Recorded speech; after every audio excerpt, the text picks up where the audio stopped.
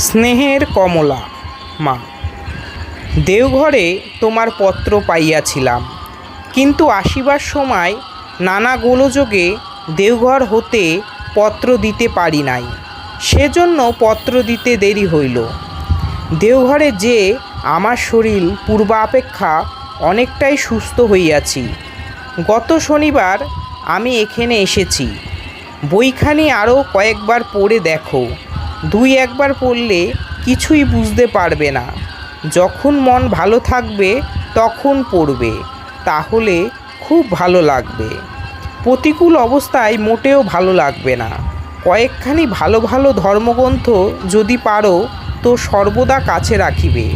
অবকাশে সেগুলো পাঠ করিও ও সর্বদা ভগবানের মূর্তি ধ্যান জপ করিবে। যে মূর্তি তোমার ভালো লাগিবে সে মূর্তি ধ্যান করিবে। সাধুসঙ্গ সবসময় হয়ে ওঠে না, সুতরাং সাধুর জীবনী পাঠ করিবে। তাতে মন পবিত্র ও নির্মল হয়। অলস্য কাল কাটাইও না, তাতে শরীর মন উভয়ই খারাপ হয়ে যায়। হাতে কাজ করো, মনে মনে ভগবানের নাম জপ করো। জপ করতে অনিচ্ছা হলেও জোর করে জপ করো, তাতে অনেকটাই মন পবিত্র হয়।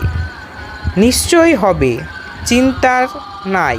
ভগবানকে কেবল ডাকো, তিনি দয়াময় প্রেমময়। তাকে মন প্রাণে ডাকলে নিশ্চয়ই তার দয়া হবে।